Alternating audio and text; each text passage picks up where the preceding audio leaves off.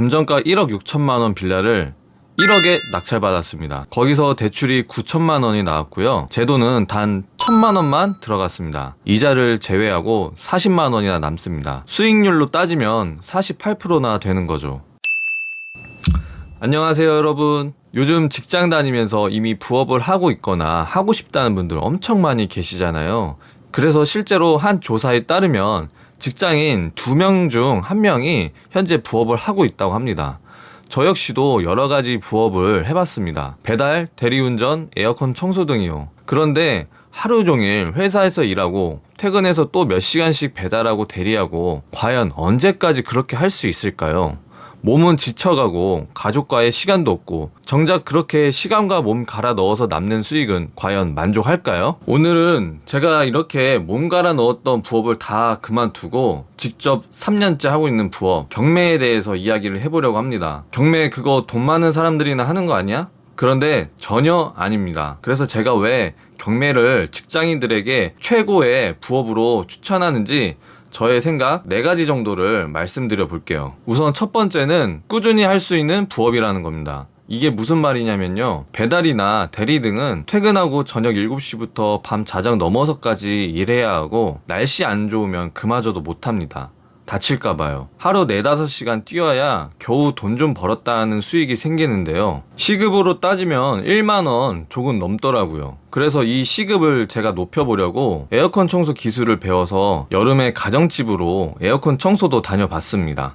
확실히 배달 대리보다 시급은 좋았지만 역시나 제 몸과 시간을 갈아 넣는 건 마찬가지라서 주말에 쉬지도 못하고 여름 내내 그렇게 살아보니까 어느 순간 제 건강도 나빠져 있고 일단 너무 피곤해서 본업에도 지장이 가더라고요. 그래서 이 짓을 계속 할 수 있을까라고 생각했을 때 전혀 아니다라는 판단이 들었습니다. 하지만 경매는 완전히 다른데요. 물건 검색부터 권리 분석까지 대부분의 작업을 집에서 진행하게 되고요. 또 회사에서도 시간 날 때 틈틈이 스마트폰으로 물건 검색하고 퇴근 후에는 집에서 아이들과 놀아주고 재우고 난 다음에 또 나만의 여유로운 시간을 가지면서 물건 찾고 공부하고 분석을 했습니다. 해보시면 아시겠지만 처음에는 이 부동산 분석이 어려우면서도 정말 시간 가는 줄 모르고 재미가 있습니다. 그렇게 분석한 물건을 주말에는 가족들과 나들이 겸 임장 다니면서 맛집 탐방도 하고 가족들과 추억도 쌓고 시간을 같이 보낼 수 있어서 너무 좋더라고요. 또 요즘은 법원을 직접 안 가고 경매 입찰을 대리로 맡길 수 있기 때문에 연가 쓸 필요도 없어서 본업에 지장 없이 할 수 있더라고요. 그래서 다른 어떤 부업보다 시간과 장소에 제약이 없기 때문에 내가 정말 경매가 돈이 안 되고 재미없는 게 아닌 이상 계속 지속할 수 있겠다라는 생각이 들었습니다. 두 번째 장점은 경매 공부하다 보면 그 과정에서 배우는 것들이 일상에서 너무나 쓸모가 있다는 겁니다. 자본주의 사회에서 정말 필요한 기본 지식은 물론이고 가끔은 내가 여태 사기 안 당한 건 그냥 단순하게 운이 좋았구나라는 생각도 들더라고요. 이게 무슨 말이냐면요. 제가 경매 공부하기 전에는 등기부 등본 보는 법을 몰랐기 때문에 전세나 월세 구할 때 부동산 사장님이 등본 설명을 해주시는데 솔직히 그 앞에서는 그냥 아는 척 하면서 아 그렇군요 라고 했었거든요.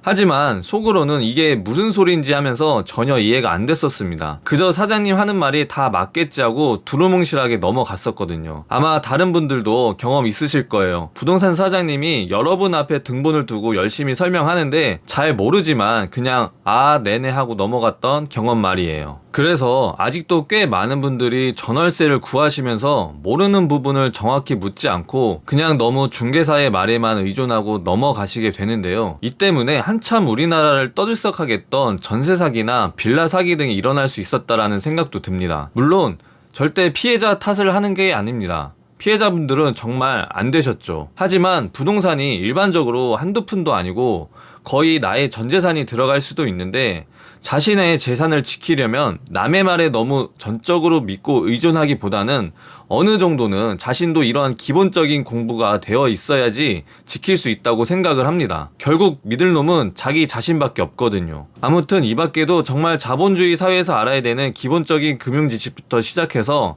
경제, 부동산, 정책이 어떻게 맞물려서 움직이는지 거시적으로 볼 수 있는 힘이 생기게 되더라고요. 지금은 은행 가서 대출 상담 받을 때 직원이 무슨 말 하는지 다 이해할 수가 있고요. 오히려 여러 조건들을 제가 분별할 수 있어서 더 좋은 조건으로 선택하거나 제시하기도 합니다. 또 3년 전만 해도 이런 일이 없었는데 지금은 친구들이 집 계약하기 전에 저한테 등본을 보내줘서 물어보거나 관심 있는 경매 물건이 나오면 저한테 보내주기도 합니다. 그렇게 도움 준 사람들에게 고맙다는 인사를 들으면 정말 뿌듯하고 더 열심히 하는 계기가 되더라고요. 그렇게 경매하면서 배운 지식은 평생 나에게 든든한 보험이자 이론 관계를 쌓을 수 있게 하는 재테크 자산이 되는 겁니다. 돈도 벌고 재산도 지키고 사람도 얻고 일석삼조가 되는 거죠. 그리고 세 번째는 투자의 주도권이 나에게 있고 심리적 안정감이 있다는 겁니다. 예를 들어 주식이랑 비교하자면 요즘 코스피 5000 시대이고 주변에 주식하는 분들 정말 많잖아요. 저도 현재 주식을 5년째 하고 있지만 주변 분들을 보면 매수할 때는 가치투자 대가 워렌 버핏처럼 매수를 하시지만 며칠 못 가서 바로 매도하고 단타하시는 분들 정말 많거든요. 실제로 22년도에 나온 자본시장연구원 보고서를 보면 우리나라 투자자들이 외국에 비해 단타 거래가 과도하게 많아서 그게 수익률을 갉아먹는 주 원인이라고 합니다. 그럼 사람들은 왜 이렇게 단타나 도박과 같은 잡주들을 많이 할까요? 우선 우리는 기계가 아니라 사람이기 때문에 어떤 투자이든 무조건 감정이 개입할 수밖에 없습니다.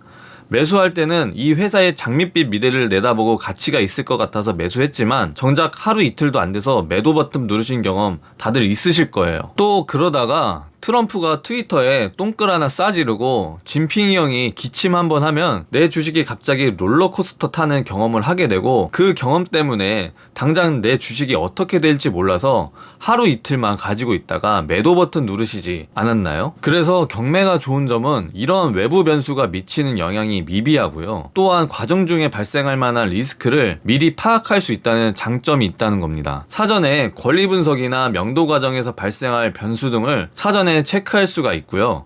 또 시세 조사만 똑바로 한다면 실제 수익률이 몇 %인지 전부 계산 후 진행을 하게 됩니다. 최악의 시나리오까지 대비해서 말이죠. 명도 비용이 더 들어가도 수익이 나는지, 6개월간 공실이어도 버틸 수 있는지, 시세가 10% 떨어져도 괜찮은지 다 따져보고 진행을 하게 됩니다. 그래서 이렇게 경매 투자 과정의 대부분을 제가 원하는 예측하는 방향대로 핸들링 할 수 있다는 장점이 있습니다. 내가 주도권을 쥐고 있다는 것, 이게 주는 심리적 안정감이 생각보다 투자에서 굉장히 중요하더라고요. 마지막은 진입장벽과 기회인데요. 그래서 네 말처럼 정말 경매가 쉽냐라고 묻는다면 사실 경매가 정말 쉽다는 거는 아닙니다. 다만 대부분의 사람들이 권리 분석이 어려울 것 같고 또 돈이 많이 필요할 것 같고 명도도 어려워서 골치 아픈 일이 많이 일어나는 거 아니야 하면서 망설이고 포기하시게 됩니다. 하지만 제가 직접 해보니까 그 정도는 아니라는 거죠. 기본적인 권리 분석은 유튜브 무료 강의도 넘쳐나서 돈 안 들이고 충분히 시작을 하실 수가 있고요. 시중에 파는 경매책 몇 권이면 시작하기에 무리 없이 충분합니다. 또 처음 시작할 때 자본도 클수록 좋지만 사실 생각보다 적은 돈으로도 시작을 할 수가 있습니다. 예를 들어 제가 재작년에 낙찰받은 빌라 감정가가 1억 6천만 원이었는데 낙찰은 1억에 받았습니다. 혹시 그럼 그 빌라가 뭔가 문제가 있는 거 아니야 라고 생각을 하실 수가 있는데요. 2015년식 물건이었고 임차 수요가 풍부한 지역이었습니다. 단순히 감정가만 두고 봤을 때 안전마진이 6천만 원, 즉 38%나 되는 거죠. 이렇게 싸게 낙찰받았다면 대출도 낙찰가의 90%까지 받을 수가 있어서 실제로 대출을 9천만 원을 받았습니다. 그래서 제 돈은 단 1,000만 원만 들어갔는데요. 그리고 현재 월세 80만 원을 받고 있어서 이자를 제외하고 40만 원이나 남습니다. 수익률로 따지면 48%나 되는 거죠. 2년이면 투자한 1,000만 원도 거의 회수가 되는 거죠. 보통 필요한 자금이 최소 억 단위가 있어야 된다고 생각을 하는데 전혀 아니라는 겁니다. 이외에도 대부분의 경매 물건은 초보들이 도전할 수 있는 권리 분석이 깔끔한 물건이 더 많다는 겁니다. 만약 어렵고 헷갈리면 요즘 AI 너무 좋잖아요. 여기에 물어보면 웬만한 부동산 사장님이나 경매 강사님들보다 더 자세하게 잘 알려줍니다. 진입장벽 때문에 많은 사람들이 포기하지만 정작 해보면 별거 아니라는 거죠. 물론 요새는 정책 문제도 있고 경매가 많이 대중화돼서 낙찰받기가 예전보다 어려운 건 사실입니다. 하지만 아직도 지방 구축 아파트나 빌라 그리고 권리관계가 조금 복잡한 물건은 여전히 기회가 많습니다. 제가 해보니까 남들이 어렵다고 피하는 물건이 돈이 되는 물건인 경우가 많더라고요. 아무튼 경매라는 이 분야가 애초에 사람들의 선입견으로 진입장벽이 있기 때문에 아직도 기회가 많은 재테크 중에 하나라고 생각을 합니다. 오늘 이렇게 경매가 직장인들에게 최고의 부업인 4가지 이유를 말씀을 드렸는데요. 다시 한번 정리하자면 첫째는 시간과 장소의 제약이 적어서 꾸준히 지속해서 할 수 있다는 겁니다. 두 번째는 최고의 재테크 교육이라는 거죠. 부동산, 금융, 경제 지식을 자동으로 습득하게 되고 평생 쓸 수 있는 자산이 됩니다. 세 번째는 리스크 통제와 심리적 안정감이라는 거예요. 리스크를 미리 파악하고 내가 주도권을 쥐고 진행하기 때문에 투자하면서 불안하지가 않습니다. 네 번째는 진입장벽이 만드는 기회라는 거죠. 선입견으로 경쟁자가 다른 재테크보다는 아직 적기 때문에 그 기회를 충분히 포착할 수 있고 또 생각보다 쉽고 소액으로도 시작이 가능하다는 겁니다. 오늘 이렇게 경매에 대해서 정말 좋은 이야기를 많이 말씀을 드렸는데 물론 경매도 장점만 있는 건 아닙니다. 제가 직접 겪으면서 느낀 단점들도 분명히 있습니다. 그 이야기는 다음 영상에서 한번 말씀을 드려볼게요. 하지만 미리 말씀을 드리자면 단점보다는 오늘 말씀드린 장점이 훨씬 크기 때문에 저는 경매를 계속 하고 있고 여러분께도 자신 있게 추천을 드립니다. 그리고 직장인인 갓생파파가 어떻게 부동산 재테크로 부업을 하고 있는지 더 궁금하시다면 여기 더보기에 있는 오픈톡방으로 들어오시면 더 자세하게 알려드리겠습니다. 오늘 영상이 도움되셨다면 좋아요, 구독 부탁드리고요. 답글로 궁금하신 점 남겨주시면 답변을 드리겠습니다. 여러분의 갓생을 응원하며 오늘 하루도 수고하셨습니다. 감사합니다.